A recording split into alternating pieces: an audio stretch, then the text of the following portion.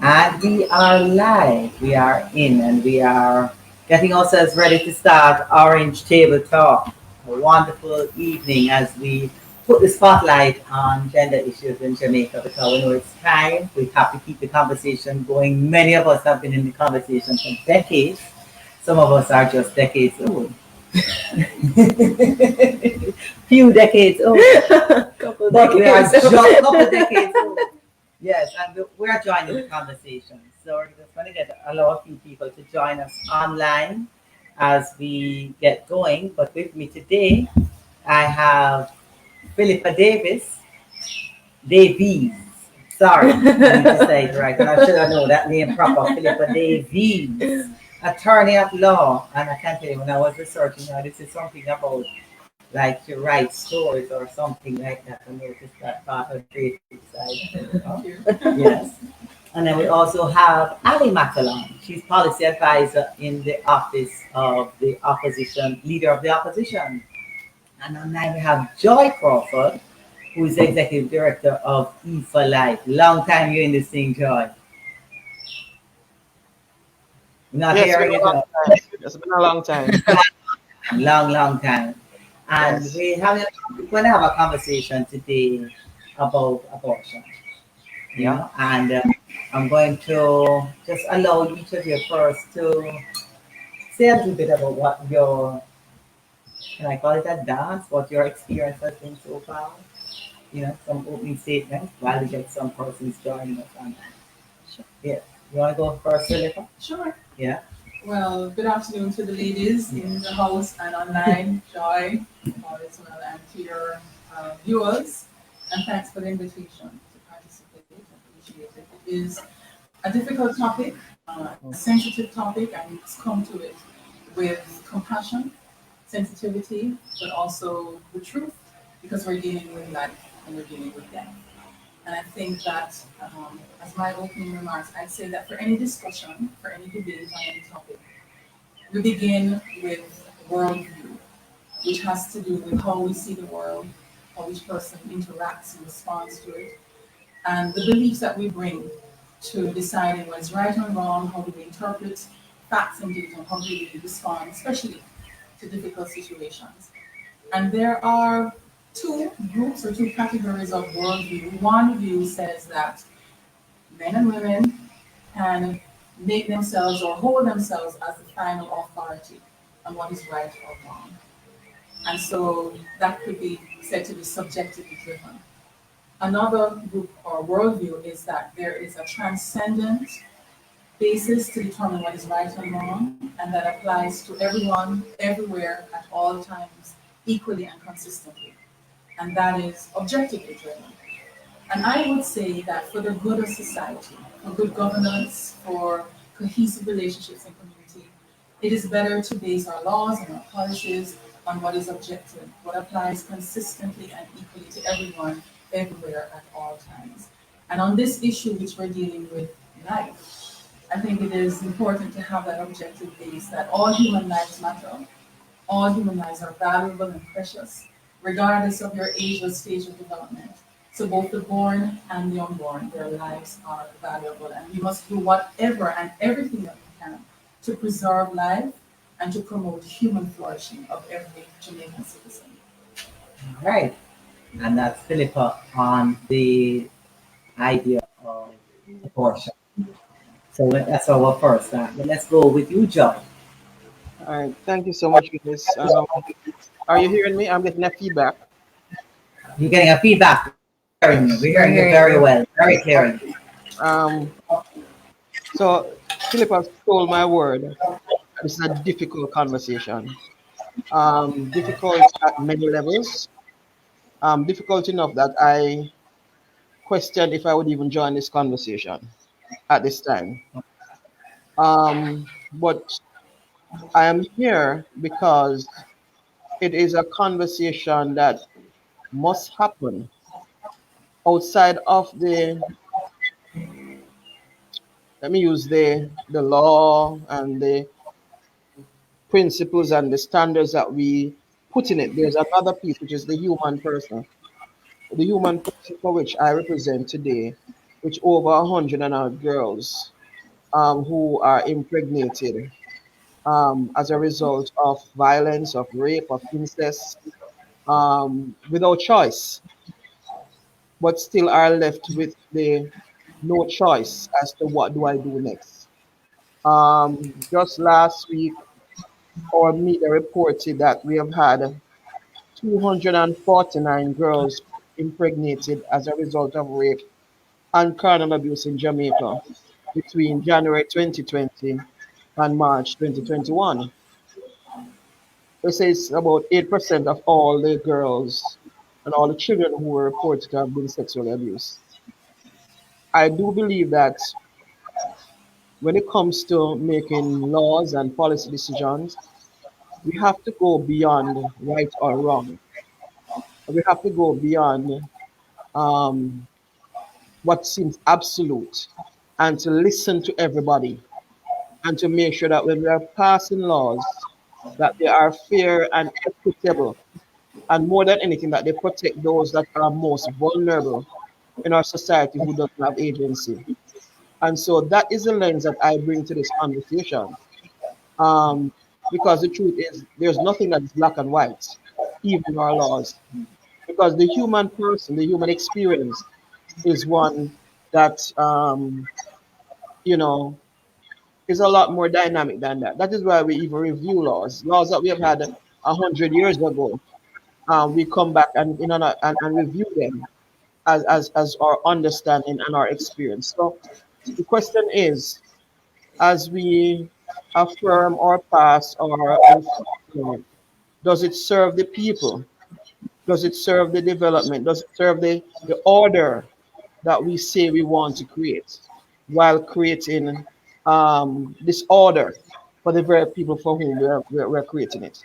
And so, there are different views, and I appreciate the conversation today that will allow us to respectfully share the different views as we have this conversation. Thank you. Thanks, John. As we start off, Philippa, difficult conversation, all lives matter, joy, why we have to respect all of the views and we have to protect the vulnerable. Ali, where are you at? Hi, everyone. It's nice to be joined by everyone virtually and in person. Thank you so much for having me to this conversation. And I have to say that I am particularly delighted that this conversation is happening amongst women. So often I found myself in these conversations which have been driven by men or persons without ovaries. And I find that it's so critical to hear the viewpoints of women and persons with ovaries on this particular matter, as it happens, within our bodies.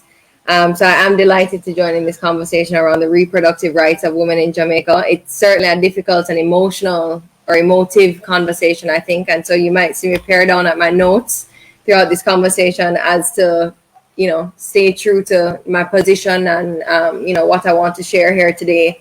But I am firmly in the camp of being pro-choice and that it is a woman's right to decide what and how she governs her own body. So I believe deeply in bodily autonomy of all persons. And I also think that it is unconscionable that in 2021, the Offences Against the Person Act in Jamaica uses criminal law to allow for punitive measures to be taken against women, so much so that she can face up to life imprisonment for seeking to enact or engage that bodily autonomy and seek out her own miscarriage. I think that law desperately needs to be amended and for abortion to be decriminalized in Jamaican society as one of the few countries in the world that remains with an all-out ban without the exception of medical needs to terminate a pregnancy. So maybe that's my few decades of experience coming out as a young person, leaning more towards what would be considered a progressive view of being firmly pro-choice. And I am not going to say explicitly what my view is yet, because I'm going to be facilitating this conversation, but I have a very firm view. But what I want to say is that I am a politician, and I believe that as politicians, these are the conversations that we need to facilitate and in a way that we can examine and understand the different viewpoints that exist out there and to get the facts around it, right? The truth is that a report from Capri indicated that we have 22,000 persons who had abortions last year. 22,000 persons had abortions last year. And a lot of them had abortions in unsafe situations.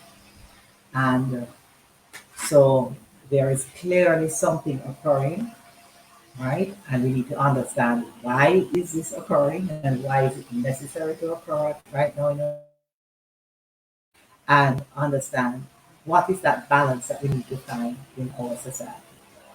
What is that balance we need to find in our society? So across the world, we have some countries that allow abortions, some countries that don't allow abortions. Why not allow an abortion in Jamaica, even if you do not believe it is right? Yes, we have to. Sure, and I think it's important to have a definition of what abortion is, and so that we are speaking common language. Yes, no And problem. a common understanding of the words that are used in discussion, and to understand, again, this is a difficult topic, but an abortion, what it is. An abortion is an invasive procedure. So we're going into a woman's body with a particular purpose, and that is to end the life of her unborn child. Abortion's only purpose is to kill babies. And so this is in and of itself a horrific and a tragedy that a woman's body is invaded for the purpose of killing her baby. Pregnancy is a time-bound natural process. It will end normally at 9 months. But the abortion is interrupting that procedure, that process. And there are harms to the mother. It kills the baby, it harms the mother, whether it's physical harm or mental and emotional harm. We hear the term about safe and unsafe abortion, but the fact is there is no such thing as a safe abortion. Every abortion is unsafe because its sole purpose is to kill the life of another human being. I heard Ali mention her fervent defense of bodily autonomy of all persons. I would ask, does that also include the bodily autonomy of the baby in the mother's womb? Does that baby also have a right? Yes, that baby does have a right and a right to life. So what do we do in those traumatic circumstances that Joy spoke? We have 2 lives at risk. How do we best respond as a caring and compassionate society to preserve life of both mother and both child, understanding what abortion is? You want me to Yeah, respond to go that? ahead. Everybody, feel No, free. that's fine. Let's go. Let's start. May I speak? Yes, Joy. So the definition of abortion, again, can be looked through different lenses. There is nowhere in the medical world where it is considered under 28 weeks. So even the laws that have been allowed in various countries, different spaces, and I'm putting on my other hat, we do not consider the viability of a fetus before the 28 weeks. And so the discussion about did life start at conception when the sperm and the egg came together? Does it start at when there's form, does it start when we hear a heartbeat? All of these discussions will go on, but for the very purpose of, as we say, objectivity, there was and there still is an until change, the definition that under 28 weeks is where we consider it to be safe and to not be, as we would want to say, taken alive. So it cannot be something where we define or we'll have to decide whose ruler we're using. So if we go to the medical fraternity and they're the ones who make that determination about life and death, whether they pronounce it as life or pronounce it as death, then we have to give credit to that. We can't just decide that the science or the doctors, what they say is incorrect or we won't validate it. So we have to, in the same keeping of saying that we want to use a standard, we cannot ignore that one. And I find that a lot of times the conversation to say we are preserving or not preserving, or we're taking life or we're not taking life, comes up to say we are saying that from we have conception, the biological meeting, then that is life. So I do think that it is a dissonance to say that we want to use a objective measure and then we now use other things. So that's my thought around the issue about when life starts. We have to come up with a particular rule. It may be right, it may be wrong, but for the purpose of how we are designing our laws and our policy, then we have to do that. And if we decide that this is the one that we're using, then all persons, should appreciate. Now, if we want to lobby for the change of these definitions on our books, fine. But until then, we can't determine that those things are not what they are. So the context is that life is not defined, or a fetus is not defined as life, being alive until 28 weeks. I think we have two different definitions here. Definitions. For safe abortions.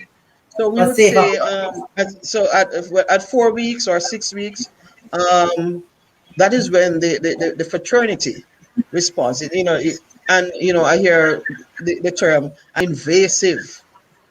Even at that point, we would debate medically what is an invasive, because the processes for that is not always invasive, and most times is not invasive. So I think we have to be careful how we use words in absolute and make sure that they're aligned to the various, what we say we're using as our measuring stick. Absolutely. That's correct, because I'm not sure that we can say that an abortion is always an invasive operation or invasive medical procedure. Based on the medical definition of invasive, a DNC is not invasive. Or an abortion pill. An abortion pill is not invasive. Which would be happen in that period up to, I think, 10 weeks. You're able to take an abortion pill, which would allow a woman to induce her own miscarriage without it being an invasive medical procedure. And 99% of the time that procedure works without having to have additional medical intervention, and the woman has a miscarriage naturally with assistance of that pill. But it's invasive because it's still something external to her body. So when you speak about bodily autonomy, it's still something external to her body that's being taken in, whether it is a pill or whether it's a doctor's instrument, that is ending something that is alive and growing in her body. So it is not a natural ending to the part. So we want to distinguish between spontaneous abortions, which are miscarriages, that's the body making the decision that this is no longer viable, as opposed to another human being making that decision and doing something to end the pregnancy, which is the induced abortion. So it is something external. So then would taking an Advil to end a headache be an invasive procedure, as it is ending something that's naturally occurring in the body that the body could resolve on its own? Because sometimes your headache goes away without Advil. So I'm just curious the extent to which we define invasive without being subjective, because it seems that it's subjective under those terms. Because objectively, taking an Advil isn't invasive. And objectively, a headache is not the same thing as a living human being in a woman's womb. So I'm not sure that you can compare. But the term invasive is kind of more like a more emotive term, rather than you are saying you're having an external intervention in a process. Then we would be having a more of an objective conversation, because an external intervention in any process that is occurring within the body. No, if you are saying if it is a situation where we are talking about what is an invasive operation in a body. If we are talking about invasive on the fetus, more Yes, invasive. it Is is. that it? It's into her body, but the target is the baby. And the target and aim of abortion, Joy, is always to end the life of the baby. I do agree, but I think what I personally I want us to not necessarily get distracted with the definition, even though it's important. I think one of the things that we need to recognize that when we're looking at, if we're talking about policies and law, are we talking about, for example, right or wrong? Are we talking about illegal or illegal?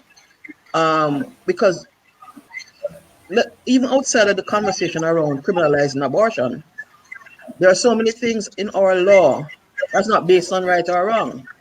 The law is based on many other principles. That is why you have what you call it now, a prosecutor and a defender. Eh? So I think sometimes when we're having these conversations, we need to clarify what we are really looking at. So like I said, I speak for my population, my population of women and girls who experience and are saying, based on our experience, where one, our choice in this pregnancy was not there. Our human rights was attacked. It's a public health issue for them in some instances. The issue around gender inequality when there is an unplanned, unwanted pregnancy. I always tend to laugh and I think to myself that if we talk about the ideal around abortion, which would be two loving, consenting male and female agreeing to copulate and have this baby. Eh? Most times in that environment, the abortion conversation doesn't even come up. If an abortion conversation starts, most time there's some dysfunction or some crack somewhere in that ideal. So when we are saying that this abortion conversation should not be happening or should not be brought to the fore in spaces where women and men are experiencing what one could say is already an unhealthy, dysfunctional way to bring a child in, then we need to understand the context. So the issue around abortion is, for me, is not that we're going to say we're going to have a wholesale abortion for every man and woman who decide I can't be bothered. It's about having something in place where we recognize, put in the clauses, put in the protection, making sure that, like I say, it has its regulations. So at least there's a choice, that the choice is there for the woman who needs to make that decision. At the moment, she has no choice. If like when I remember I shared before that, I remember one young lady, she was about 22, who asked in a public forum, and she says, what do I tell my 9-year-old child that her father is her grandfather? We had no answer for her. If she having to deal, as Philippa said, with the emotional trauma of the pregnancy that she's carrying, she has no choice, because if she says, listen, this is too much, I want to commit suicide, I don't feel like I can do it. If she says, I want to consider an abortion, she could be imprisoned. And we're Just by saying that's saying, draconian, because even the thought or the suggestion or the request under our law, she could be imprisoned. Now that is draconian. So we're saying revise the law, put it in a way where at least women can have an option, to have a consideration. They can have the information, they can sit with their OBGYN, examine their choices without fear of discrimination or imprisonment. Probably after that, she may jolly well decide she doesn't want to have, she will keep the child.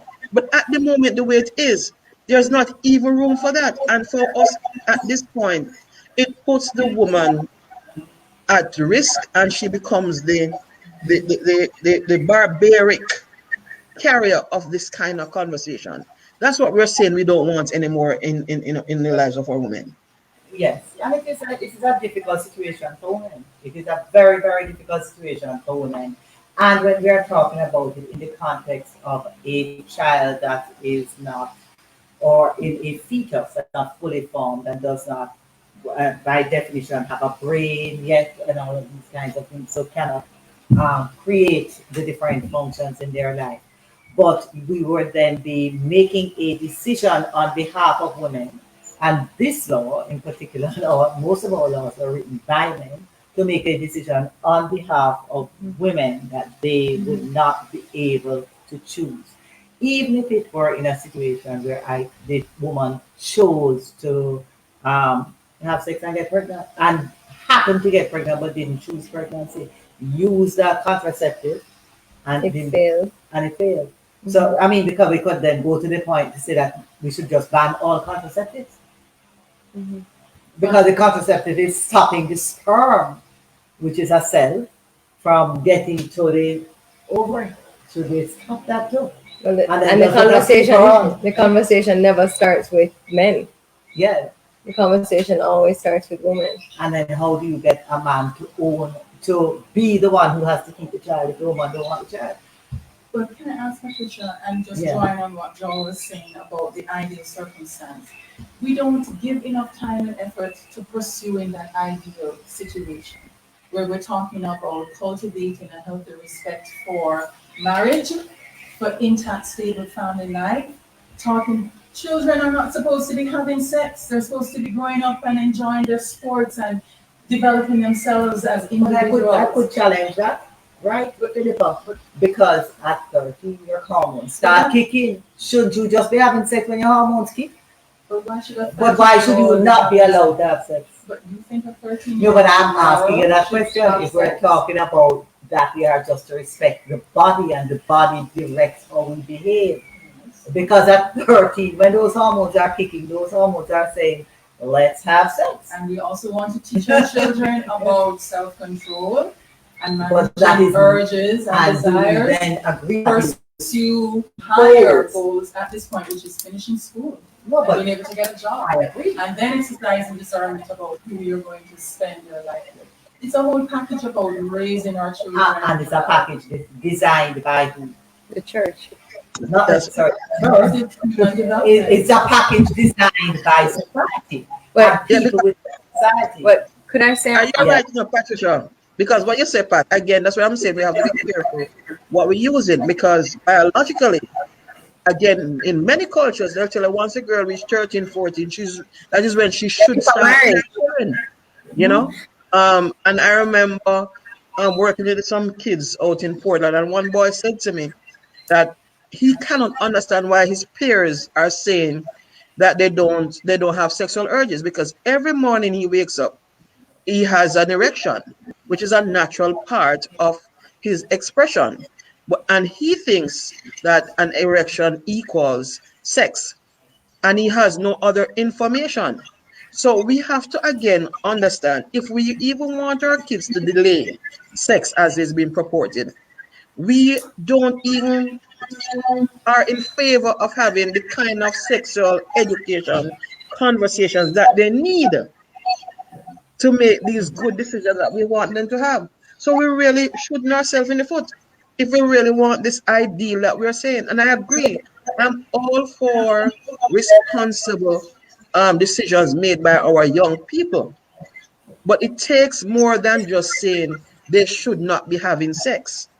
What are we going to put in place to help them to make those decisions? And the last thing I'll say quickly, I am again talking about our attitude to say, oh, our children should not be having sex. I mean, I took on some of my colleagues in the ministry recently about a campaign about delay before you have babies, something like that. And it's quite fine.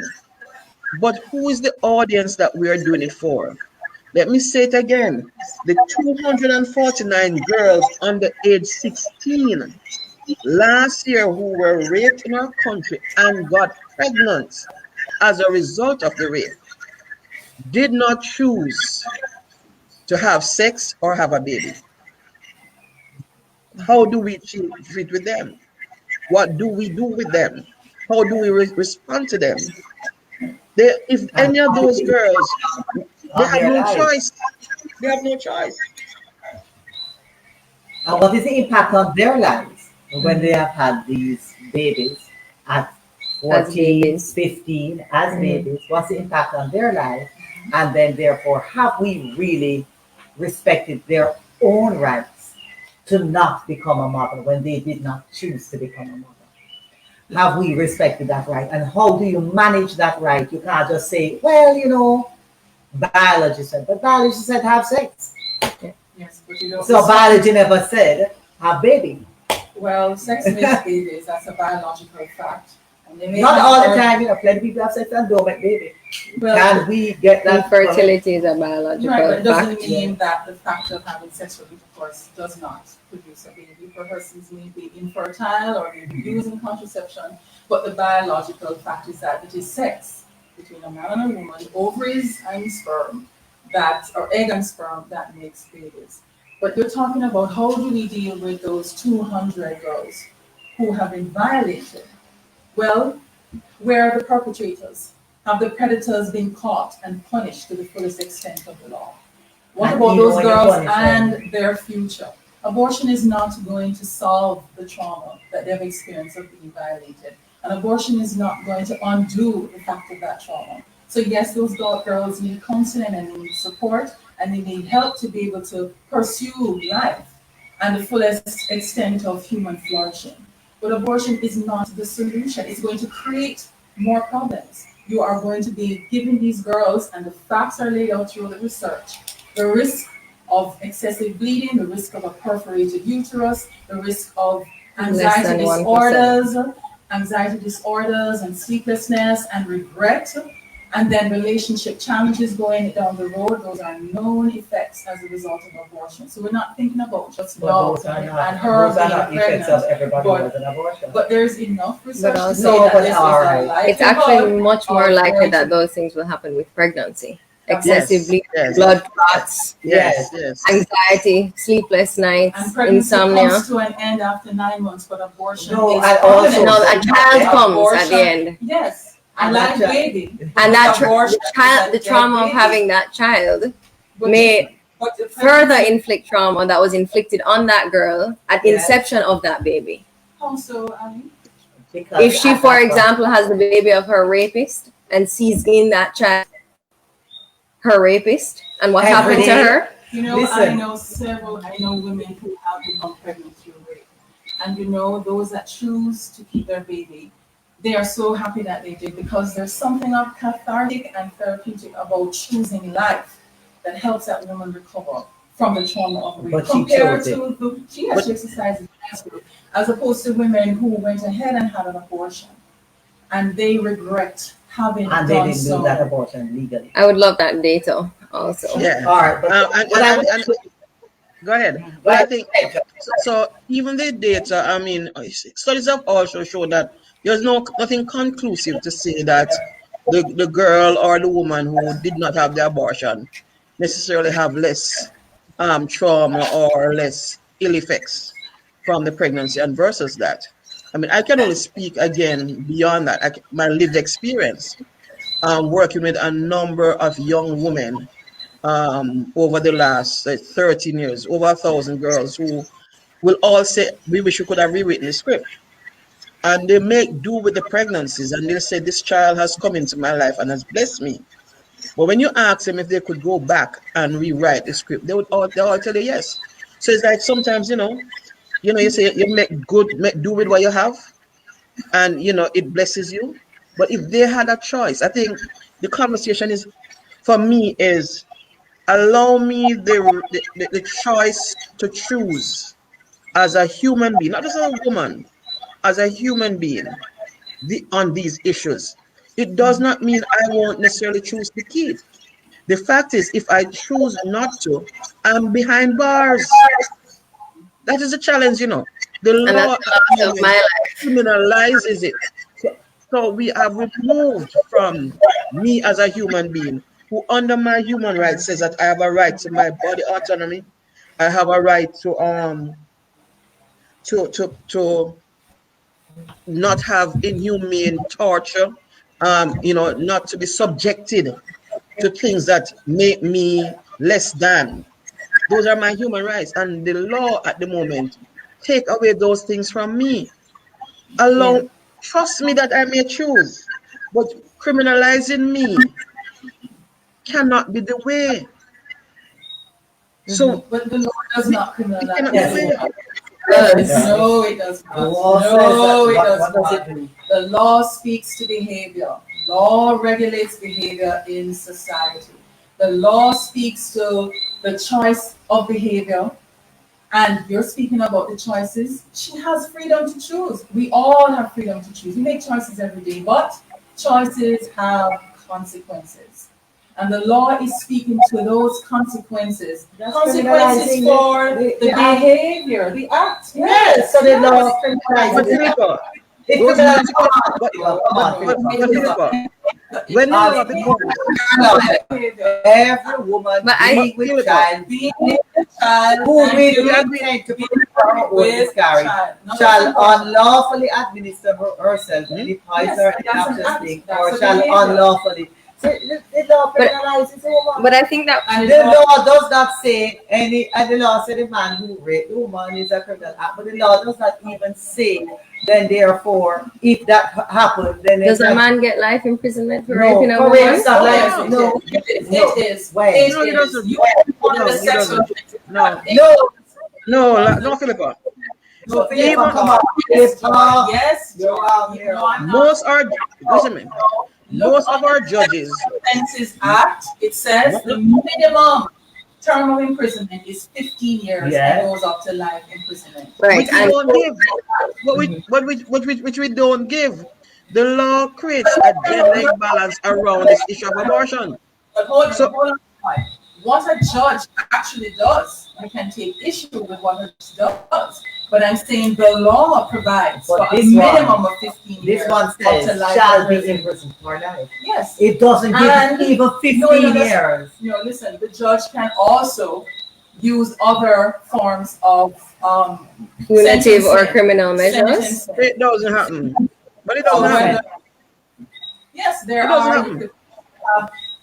Well, No, this doesn't when give, was the last case that you heard of a woman being brought to court for carrying out her own abortion? I haven't heard of it. I can't tell you. I don't know of any cases. But the law makes it illegal. So the law causes women to have to go into unsafe places when they have to. So the truth of the matter is the fact that we are not even prosecuting the law and we are not even enforcing the law, should the law exist. But I think that speaks to a broader point, right? Which is that the legality of abortion doesn't affect the rates at which abortion happens. That's right. Right? So if abortion is illegal. And who does it? Doctors, Joy, doctors. And why? Doctors. Right. And people can afford it. Doctors. And for people who can afford it. Yeah. Correct. So what the legality affects is really the safety with which a woman can access an abortion. So if legality doesn't affect the rates, how can we make public health decisions in policy rooted in what I perceive to be religious beliefs in our society or religious lobbies against a woman's right to choose or her bodily autonomy?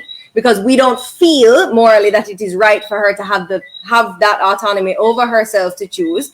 And we've then put that into law and affected her public health choices. And we put the public health of marginalized women at risk because they cannot as readily access an abortion as a woman, for example, in my own socioeconomic bracket, who could very readily access a safe abortion right here in Jamaica in a doctor's office, no problem.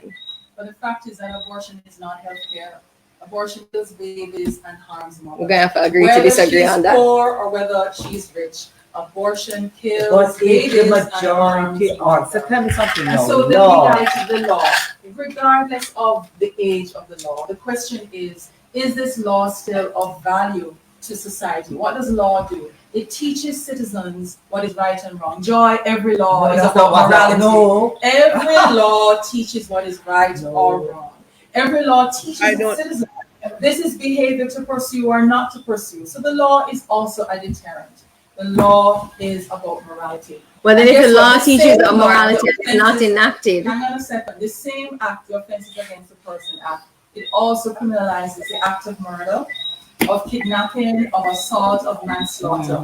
Because it is an old act, according to Patricia, is it that murder is now outdated and we should repeal that law? There are some aspects of that conversation, you know. That law still Philippa, would you agree though that the laws, would you agree though that the laws can be discriminatory against one group or the other? Laws are by nature discriminatory, Joy. People who break the stop that laws are by nature discriminatory. Discriminatory means some kind of citizens are carrying out this behavior and some are not. So if you break the traffic light, the law says that you have broken the law. You are in that category, discriminated against because of your behavior of breaking the light. Wow. If you're stolen abortion, you're not supposed to steal their goats. The law discriminates and says the person you are afraid of. However, the law. So the abortion law discriminates against women in specifically. So the burden of this is about a particular gender being criminalized. And so every time, you know, we have this conversation, like you say, where the men, there are men who are giving women the money. There are men who are saying, I don't want this child. You have to go abort it, right?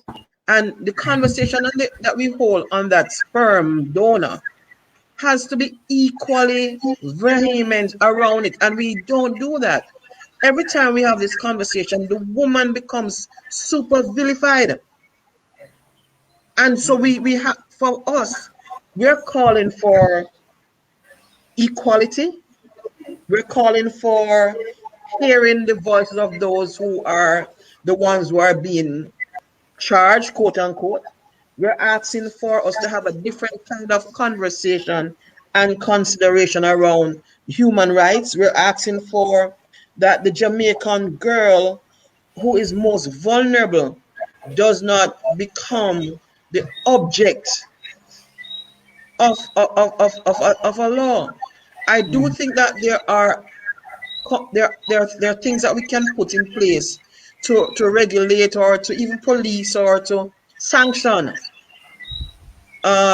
this taking of life as is being put, without having a draconian law that says every woman who has a thought or want to have a discussion or have a desire runs afoul of being imprisoned. Where is that? We must can do it in a different way. The law says that's not a conversation. That's not a conversation with her doctor. That's the act that is taking a step. That is a behavior that the law says. The step is not just the act of abortion. Read it again. Speaking it out. It is still behavior that's being regulated by the act. It's not the anyway, I want to bring one more point back in here, because you made a point around a law determines what is right or teaches the society what is right or wrong. That's the nature. The nature of law, though, I would have to say it is also to be reflective of what the society agrees what is right or wrong. So the law is not intended that the persons who are elected into parliament should just be determining that, you know what happened? I believe it is wrong for people who wear a red shirt to walk down the road. So all person who wear a red shirt is now going to be a criminal. That's not what the intention of a society and the formation of a society is. It is intended that people would be representing the views and the rights of all persons within a society. The law recognizes that there may be movements within a society that may choose to discriminate against a large portion of our population, in such a way that it would cause harm to them, right? And so therefore it must protect those vulnerable people within our society. And in this particular case, women, based on what Joy is saying and based on my own experience as well, would be a vulnerable group that's not being protected here, because a group who can be both genders or intellectual relation, but only one gender is left to change their life forever, because the other gender life does not have to change, but the female's life has to change. And therefore, this law is now saying that you do not get to determine whether your life changes or not. But Patricia, Yes? this law is preserving the most vulnerable of all, and that's the unborn child. That child is not given freedom to choose. That child is not allowed to consent. That child's well-being is not being considered. When abortion happens, it's permanent. The baby is dead. There's no coming back. And so if we want to consider the well-being of our most vulnerable citizens, then we preserve the law that preserves the life of the unborn. Do you know that in many communities, particularly in Asian communities, that they carry out sex-selective abortion? The family prefers boys. And if the woman finds out she's pregnant with a girl, she has to go and abort. That is gender-based violence, where they're choosing that girls' lives are less valuable than boys. And we would agree with you that Okay, would be yeah, definitely. and I think that we're again, yeah, I think that we're again straying from, we're looking back again at the ideal as opposed to what is the reality, right? And why don't we pursue the ideal? It's No, not you why can we have You can pursue the ideal while First, dealing in policy with the reality. And the reality is that between the ages of 15 and 25, 48% of our women are engaged in forced sexual initiation, which is rape the first time that they have sex. We just have a statistic coming out. Joy said it was approximately 250 women, 8% of all of those who were either victims of rape, incest, forced sexual initiation, And they got pregnant. were impregnated, right? Yeah. This is a reality, and the facts, in my opinion, are absent of emotion, right? This is what we have to deal with, and our public health policy cannot be rooted in our personal belief system around abortion. If you don't like abortion, do not have one.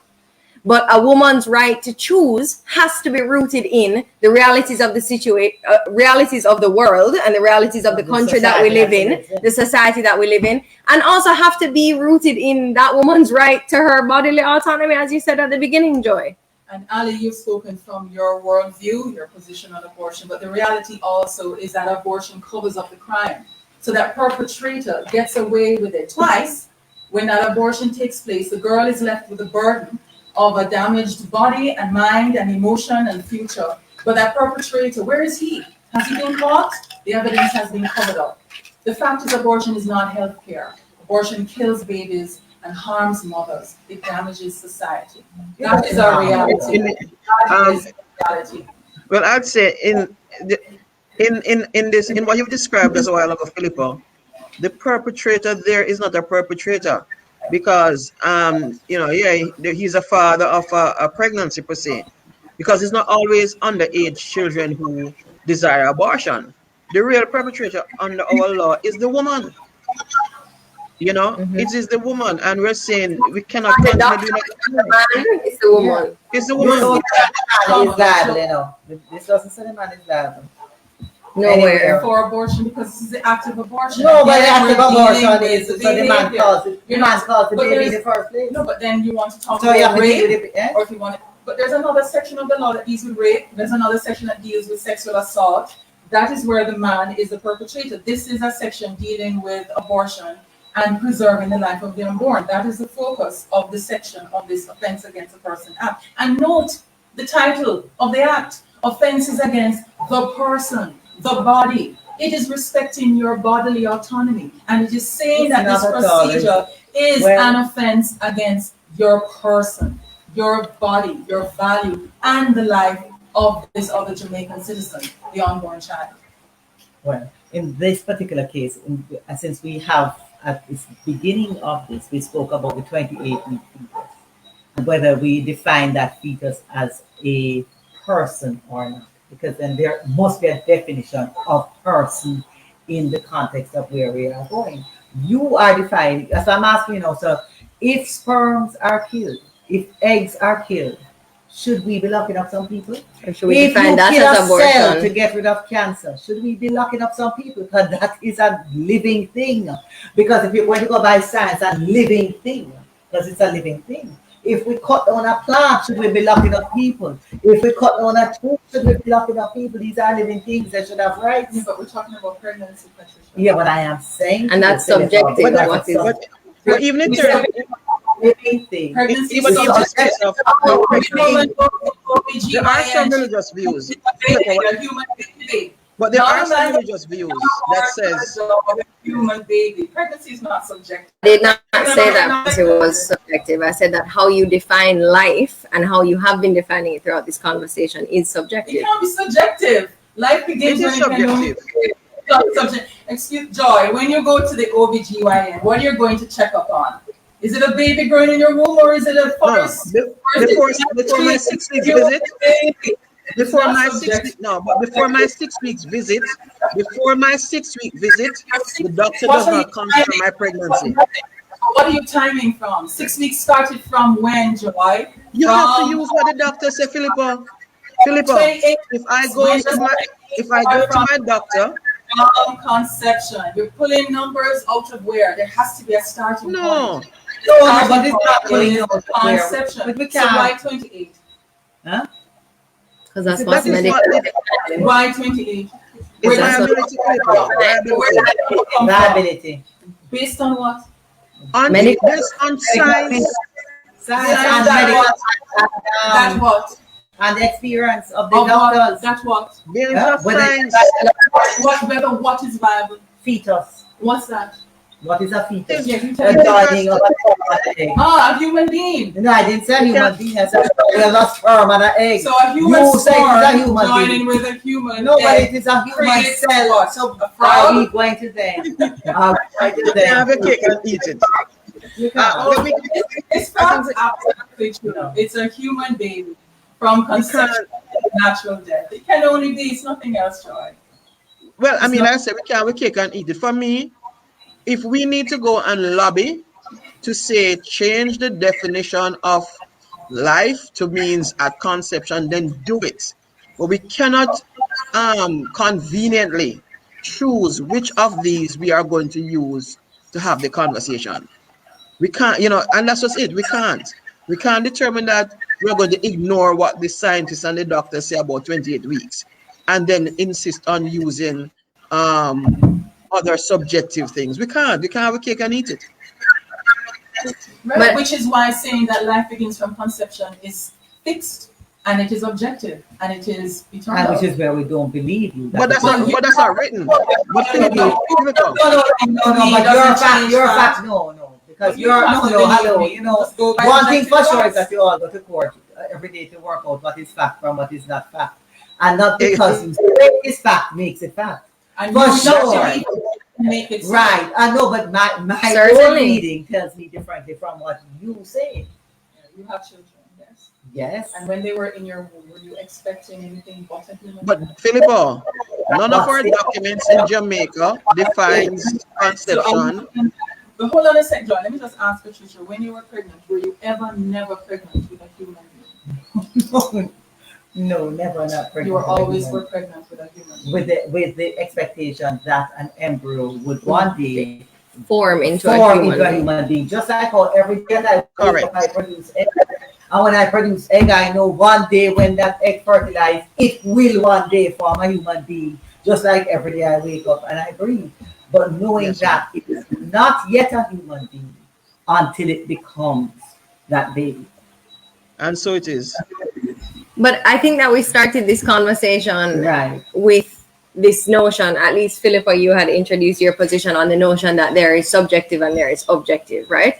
And I think that premise is fundamentally flawed from the perspective that we all see the world the way that we interpret it, as you mentioned, that we all have our own worldview. So technically there's nothing really objective unless you believe that the superior being is the objective force, which I believe Philippa alluded to at the beginning of this conversation.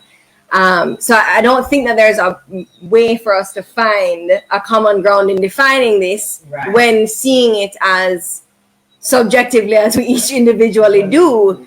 And I think, in just as a response to that position that there is this superior being or objective life force that determines what is right or wrong, I think it's super important for us to expand our worldview to include that several other human beings have different worldviews and believe in different superior beings and hold different worldviews, and that this conversation has to be met with that individual belief system or those individual biases in the same way that a woman's right to choose must be met with those individual belief systems.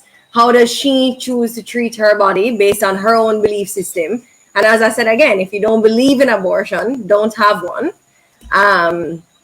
But for us to sit back and define how a woman sees her pregnancy, sees conception, sees viability outside of medical terms, at least for me, is very difficult. Right. It's a very good point you're making there, Ali. The fact that we have different views on this means that the objectivity is questionable.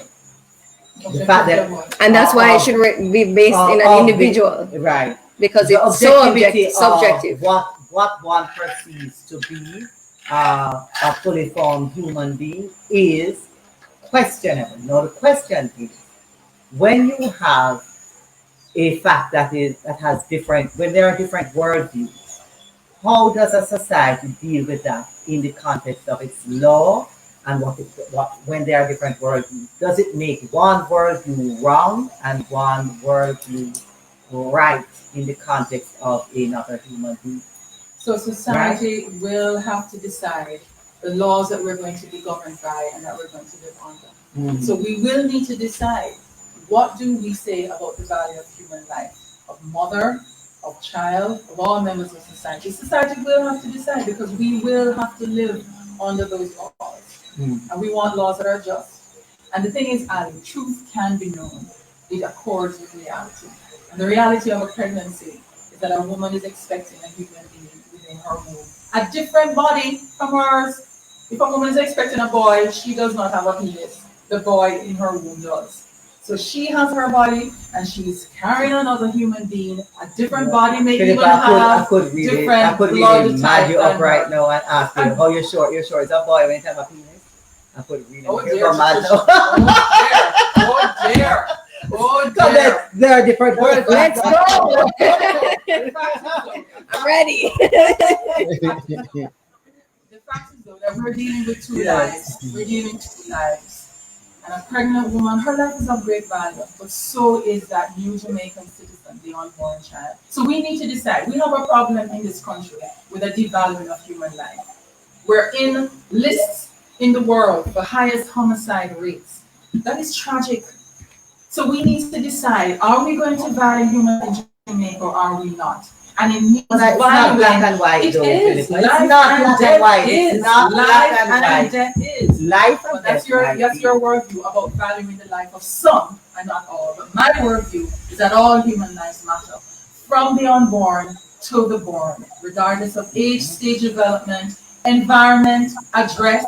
All Jamaican human lives are of value. So we need to decide in Jamaica, either we're going to value life or not, because it will be inconsistent for us to say no to murder, but yes to killing of babies in our mother's womb. That is going to be problematic for law and policy. Well, I think it's more problematic as it is now. Yes, it is problematic now, and you are suggesting it would be problematic going forward. It's not problematic in other jurisdictions where they have made a decision different from what Jamaica has made, because other jurisdictions have made a decision, and they don't have the murder rate in the world. Actually, most who have decided that they have accepted abortion have low, very low murder rate, and have a different relationship and have actual healthy relationships between men and women in their society. And we don't so want. Therefore, the abortion law in and of itself is not the one that is causing us to have a particular kind of view of society. So we couldn't say that abortion law because you couldn't produce any evidence for that. But what evidence? Comments. If we have a whole heap of comments online that we then want us to respond to, we want to read out some, and then we are each going to respond to them. Yes, Sarah, what you have to say. All right, so the first comment is from Russell Finley. That's the one we're going to be focusing on. And it says, the focus of the conversation is the injustice being done to the woman. Totally understandable. But again, what about the injustice being done to the unborn child, the more vulnerable of the two? Okay, and this is Philippa's Jurisdiction. That's the point that I was Yes, carrying. that's the That it is an position. injustice to And where we do not agree that it is where there is not agreement, there is injustice, because when do you define that it is an unborn child? So if it is when you're after your 10 week or 28 week, when you are considered viable in the law, then we do not agree with that. But if it is before the law considers viable, then there should be choice, is what I'm hearing. And I said I wasn't declaring myself, but I couldn't help myself, and I ended up declaring myself. I was trying my best to not land on one To side or moderate. the other, and to moderate. But it's okay, because we're having a good conversation, I think, and we are in fact listening to each other. Another comment on Facebook. It's only considered a life when it's beyond 28 weeks. Most abortions are performed way before 28 weeks. What are you talking about? A 1-day-old fetus is not a human. Right. So that is a different perspective. So there are two perspectives out there. Should both perspectives be able to coexist lawfully in our country? That's the question that we have on the table. Because if they can coexist lawfully, then the choice lies in the right? Yes. And both positions could coexist lawfully. That is the question that is out there, and that question that we have on this, one of the questions we have on the table. Another one? Another one. So only vulnerable women seek out abortions? Absolutely not. No. All types of women seek out abortions. Seek abortion. But when do you generally seek an abortion as a woman? I would say most women who seek abortions is because at the point they were not planned or feel ready to have a child. They do not feel prepared to give to that child what they would need, that they think that they should give to a child. But also, Patricia, I think it's important to say that not. Can you repeat the comment, Akeem? Yeah, so the person was saying, Is it only? so if only vulnerable women seek out abortions. Right. Yeah, well, I think all women are vulnerable to the lack of choice. That's the first thing. But I also think that it's really important to say that in the Capri study that was done, for example, it highlighted the maleffects that happen specifically to women who are vulnerable or already marginalized by our society. So while all women seek out abortions of all different demographics, it's super important that we place focus on those who need the judicial and legal support to make those choices and make them in a safe and accessible way. Right. But And again, vulnerable. Go ahead, Philip. right, and again, because abortion is not health care, a poor woman and a rich woman are both harmed by abortion, and abortion kills babies. A poor woman doesn't become rich by getting abortion, but her life is made poorer by the effects that are attendant on her abortion. And the social economic circumstances of her life, abortion does not address socio-economic issues. Abortion kills babies and harms mothers. And which is where I guess there's an agreement to Disagree. Yes, because I believe that abortion is health care. The truth of the matter is a 15-year-old child who is forced to have a child, it changes the trajectory of her life, as opposed to the 15-year-old boy whom she may have willingly or unwillingly slept with. Well, according to our law, 15-year-olds can't consent. So, right. Yes. So technically. And so, but even if he's not declared as the father, it changes her life. Her life is changed forever. And usually when you have a child at a very young age, you are unable to support that child effectively. And if you are in a situation where you are of a lower socioeconomic background, it makes it even more difficult because there's less help to be had to raise that child. I also think that vulnerability in having a child versus not having a child. And abortion changes her life forever, as does the baby. Yes, but why not come alongside that vulnerable girl? She needs help and support to finish school, to be able to get a job, to be able to provide for herself, to make plans for her future. Why not help that girl overcome that situation that is socioeconomic? If that's choice, we absolutely will. And anybody can help anybody. If that's her choice. Once she chooses it. If it's her choice. If it's her choice. Right now, she does not have a choice. No. She does. Right now. She does have a choice. No, she doesn't. Yes, she does. She does. Are you saying that she has a choice to be impregnated? No, but if she should ever choose to declare I am going to get an abortion tomorrow. A judge anywhere in Jamaica Has the right. life imprisonment for you. If she's Right now in our law, no, but court, somebody would bring if if somebody she's should brought before the court, choose to bring her before the court, and she could be brought before the court right now. So what we're saying is, if it is that we say she has a choice to have that abortion, then just make it legal for her to have the abortion and do the work to encourage And regulate it. and But regulate. but More important, I believe, if we are going to make it legal, We regulate we it. need to regulate it. have you to looked make at the sure it is not experiences an of countries abuse where situation. abortion has been legalized? Yes. They have regulation that is floated and abused. They don't have close But then abuse now. I need The data. numbers of abortions go up when abortion is legalized. False. And No, it is. No, Look which at the country? UK. Which Look at the- country? start Come with the tell UK. me.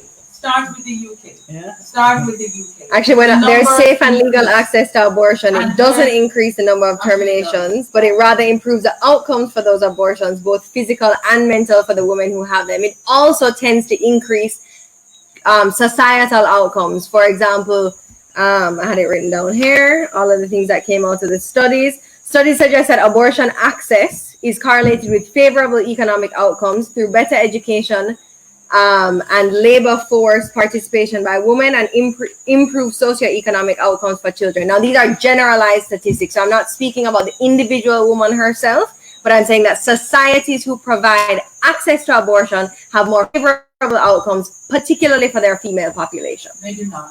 Look at any society that has legalized abortion and you find running on the heels euthanasia. Why? Because the world views that somebody bigger and more powerful can determine the value of a big jump. No, it isn't. Let me finish making. You can say that you question whether a boy has a penis or not. Well, No, man, I'm just saying. That's Let me make this point up. Yeah, man. Countries that have legalized abortion, running hot on the heels is euthanasia, because it's the same worldview that somebody bigger and powerful, whether it's by size or economics or age, can determine the value of another person's life. Well, if big people can determine that little people, their life is not worth preserving, but what we find happening is that elderly or the sick or the disabled, their lives are deemed also not valuable. And you find euthanasia in those countries that have legalized abortion. That is not a good outcome for any society. Philippa, to be honest with you, I think we are coloring, that's really stretching it, especially the fact that we are talking about culture, we're talking about majority, and so it's almost like you're saying to the Jamaican public, if we legalize abortion, then we are going to start having euthanasia for elderly in the homes and that kind of thing. I really think that is dangerous, because we really, that troubles me. It really troubles me. It should trouble you, Joy, because we're talking about worldview. You make this position, but that's disingenuous. No. But you're linking two things that are not linked. You're linking two things. Worldview. We're talking about worldview. No, the worldview is not euthanasia. That's not the worldview. Whose worldview? Whose worldview? I'm explaining. The 22,000 people had an abortion last year in Jamaica have a worldview that they want euthanasia to be around in Jamaica. We're just drawing so many unnecessary parallels or correlations. No, but it is necessary and it is relevant because we're dealing with a worldview. If you can sit here and say that the unborn child's life is not worth living and that you can decide to kill that baby, then the principle is that big people, more powerful people can decide who should live and who should die. And euthanasia is that worldview. And by the way, that 22,000 that you cited from the Capri study, it is definitely challengeable because the World Health Organization, who issued that 22,000, they were making that statement on a generalization of world statistics, but that was not the evidence of what is in Jamaica. We didn't have 22,000 abortions in Jamaica. Do you know how many? Do you know? No, I don't, but it wasn't 22,000. How do you know it's not 22,000 if you don't know? Well, let's start with the figures coming. No, I want to answer you. Let's start with the figures coming out of the Ministry of Health, Okay. which they talked about the causes of maternal mortality. And they listed highest hypertension and they had abortion lowest, and they lumped together spontaneous abortion, miscarriage, and induced abortion, not making it clear which was the actual abortion, whether it was induced or spontaneous. There is no recorded evidence. But that is by through the Ministry of Health. Yes. But also, But then botched other abortions those- are actually the third leading cause of maternal But there's no death evidence in for that. Jamaica. But there's no evidence. So Where's the studies evidence? just don't make So any where's the sense. evidence for that? Capri did the But research. that's what I'm saying. But Capri, that's what I'm saying. I'm challenging their 22,000 coming from the WHO because that was not evidence from Jamaica. A generalized statistic. The 22,000 is that actually not what concerns I'm other referring countries. to. I'm referring to the statistic that you mentioned around spontaneous abortions being lowest on maternal death. Yeah. So in the study, based on their Ministry of Health investigation, it was actually the third. No, it wasn't. I have the fact. I have the statistics right Okay. here from Ministry of Health. The high certain disease, whatever. May I? Leading cause of death for mothers. Yes. So Abortion May I? All right. So let me go back to where I started. For me, with all of the worldview, I'm talking now about the Jamaican view. We have a law that criminalizes abortion in our country, which by many truths for the people who experience it, the people who want to consider it, who need to access health care, who feels as though their backs are against the wall. I hear about the thing about supporting the girl, and all of those things are part of what we must do as a society. But that is not really what the conversation is. The conversation for me is that I, as a human being, if I find myself having to consider, do I want to, or can I, or should I carry this pregnancy that I have just found out that is there? I have no support, it's not something I can manage. It could be even a mental health decision. It could be a mental health decision. I have a friend who she got pregnant at about 52, where she had thought she was not going to be pregnant again, and made a decision then that she didn't want to do this at 52 because mentally and other chronic illnesses, it was just not going to work out. People have those conversations with themselves all the time. Women have that. So I do think that one, it's time for us to have safe, regulated. So if the issue about choosing sex and all of that, we can put those in regulation. We can put regulations as to say what we won't allow based on somebody's, probably flippant, whatever it is. We can regulate, but at the moment, we are not regulating, we are criminalizing. That's where we And are. it That's all we're saying. It is not regulated in countries that have legalized it. Joy. It absolutely You is. look up, go and Google Kermit Gosnell, America's biggest serial killer. There are many sources that I don't do on Google. America that has legalized abortion, and he was killing babies born. They survived the abortion, and he killed babies. That was not being regulated, even though the authorities knew about his clinic and what he was doing. There was no oversight. No one pursued it. All right, there is Again, no look doubt at that the they UK. have It is not regulated. You could get an abortion in the UK by simply saying that it's going to spoil your holiday and you don't want to have that pregnancy. Do you have proof on that, Philippa? You have Yes, proof on that? Let me ask you a question. We have laws in Jamaica. I know, but I'm going to say to you as well, the way that you are citing those situations would be the exception. Just like we have stoplights in Jamaica. We have stoplights in Jamaica. Here where I'm talking, we have stoplights in Jamaica. There are people who break the stoplights. But the majority of people obey the stoplights. Some man who break the stoplights should be saying we should do away with stoplights because they are not effective, because some man broke the stoplight. You can't make a law. Every law you have, every regulation you have, somebody is going to flaunt it. but the majority will not. And so Now you the keep the law. situation, You now keep the the law. situation, yeah, but now the situation, Exactly. You however, keep the law. the situation is Preserve the now, life of I'm the going to boy. ask you now, Philippa, Yes. if today, tell me first of all, what is the statute of limitations on this now? For If criminal law, I- there's none. For There criminal is law, not. So for right civil here, law, so it's no. So you If could have I an say to abortion. you today that I had an abortion when I was 18 years old, you could possibly carry me to the director of public prosecutions and give me life imprisonment. No, but I wouldn't. No, but why wouldn't you? Why wouldn't you? Because I'm a Exactly. killer. Why wouldn't you?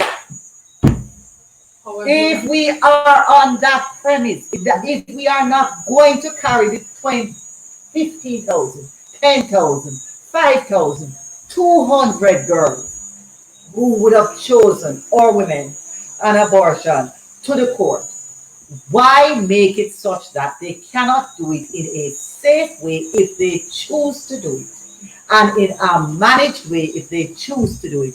Why not make it that way? Because I don't know anybody who is trying to say, you know what happened? Now watch to see if that doctor is doing abortion, and I'm going, not like the US where they have the pro-lifers who are going to the abortion clinics and bombing them up. We don't have that in Jamaica. So there's clearly an agreement that if you choose to do it, I'm going to leave you alone. So if you're going to leave me alone, why not make me do it and be a legal citizen? It's just like, And feel you know, safe doing like it. when a man live on a piece of land, they say, I'm not going to move them off of the Well piece said. of land, but call them squatter. So they're not going to be able to be legal in them country. They're not going to be able to do what they need to do. Why not just make us legal? Anybody who wants to have an abortion, make them legal. because it is not safe. There's no such thing as a safe There abortion. is There's no such thing as a safe root Abortion canal. is It's Is there a just safe, the is there a safe definition. root and canal? harm. Is there a safe root canal? Thank you. Comparing a tooth with a baby. I'm comparing a tooth with They're that. both Medical minimally procedure. invasive procedures. Medical In fact, you abortion. can't have a root canal with a pill. Babies So and harms Yes. mothers. And because your life matters. So no, but And I'm your just life is saying, of but value. why I will don't come alongside and say, Patricia, I'm sorry for that Okay. choice that you made. I'm sorry.